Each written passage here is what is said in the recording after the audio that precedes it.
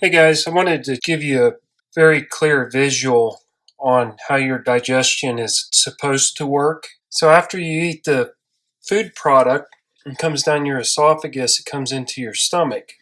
We're supposed to produce hydrochloric acid and other secretions from the walls of the stomach. Most people we find are not producing the proper amount of stomach acid, are not capable of producing, in some cases, enough stomach acid based on the amount of protein that they're ingesting. This is normally caused by lack of chloride in their system. And that could be from just not eating enough foods that contain chloride. Maybe they are avoiding unrefined salt, or their digestion's poor and the foods they are eating, they're just not breaking them down enough to where they're being assimilated. So here's how the digestion is supposed to work. We will use this representation as our stomach. So this is going to represent the stomach, and I'm going to go ahead and put some vinegar in here. This vinegar is around a pH of 4 to 5. Now the stomach acid that is produced in our stomach is called hydrochloric acid. That's why I mentioned chloride. You want to make sure you have plenty of chloride being absorbed into your body through diet. That is utilized to make hydrochloric acid. Hydrochloric acid is much, much stronger than vinegar. This is, like I mentioned, a pH of around 4 or 5.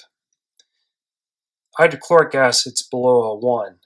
And the reason it's so strong is our body needs that to break down quality protein so we can reform it and build our own protein. So we are supposed to have stomach acid.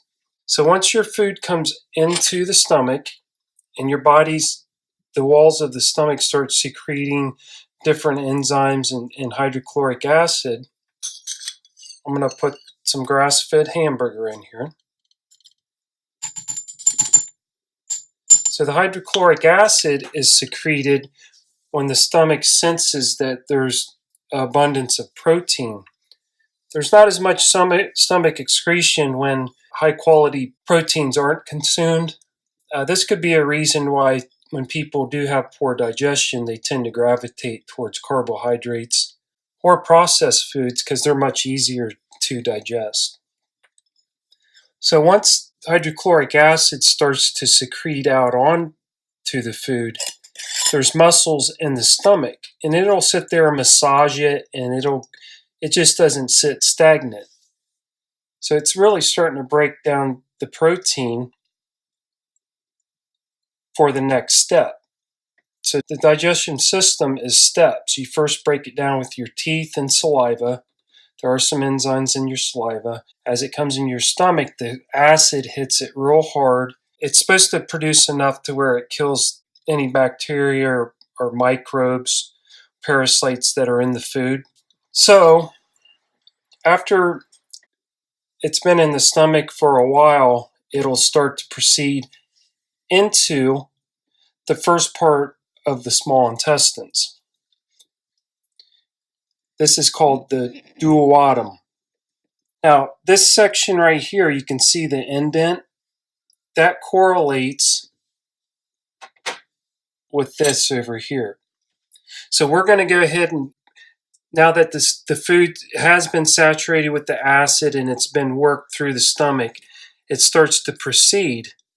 The food starts to proceed into the first part of the small intestines, which is here.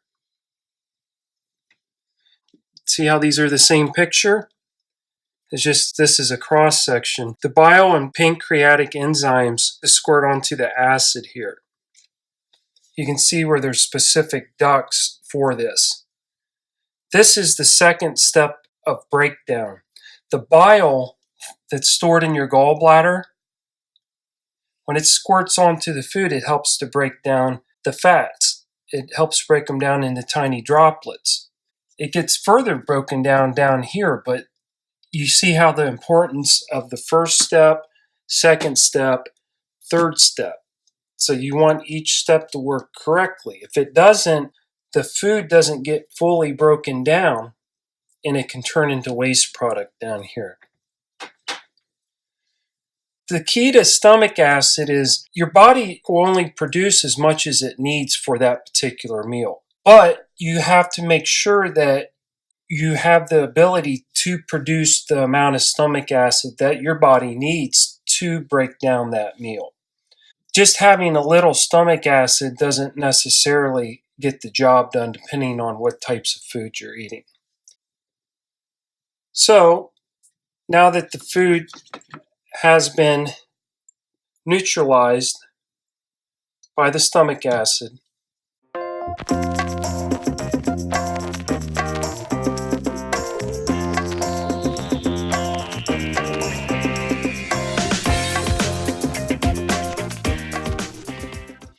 so to represent the food going into the small intestines and meeting the bile, we'll use this as the small intestines. This will be the stomach, and this will be the small intestines. To represent bile and the pancreatic enzymes that come into the small intestines, we're going to use some baking soda. Baking soda is very alkaline, just like the pancreatic enzymes in the bile.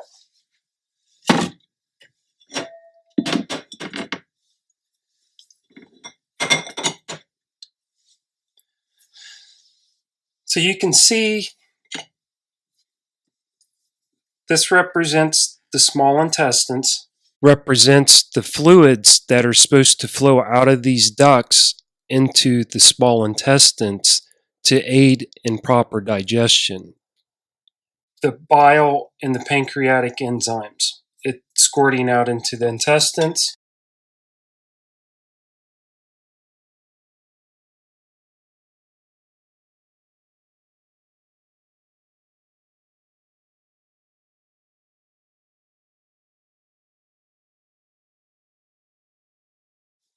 The food that has mixed with the hydrochloric acid, stomach acid, is now moving into the small intestines to meet with the bile.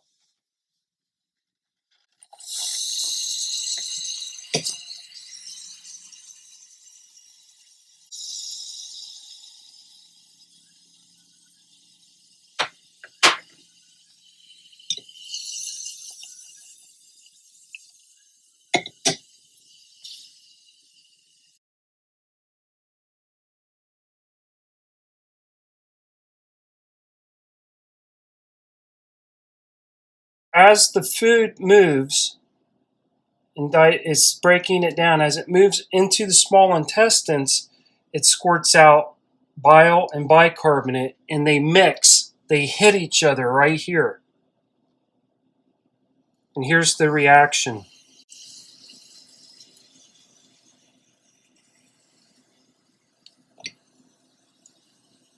This is what liberates all the nutrients from the food.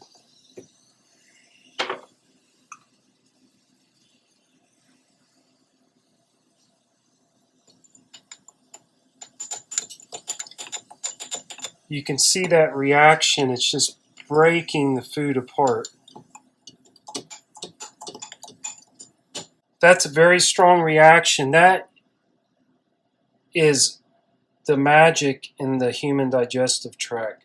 That is what liberates the nutrients.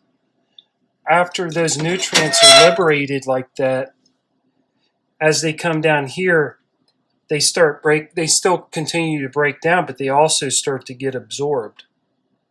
If that reaction does not happen, then partially digested food can end up down here and causing all kind of issues.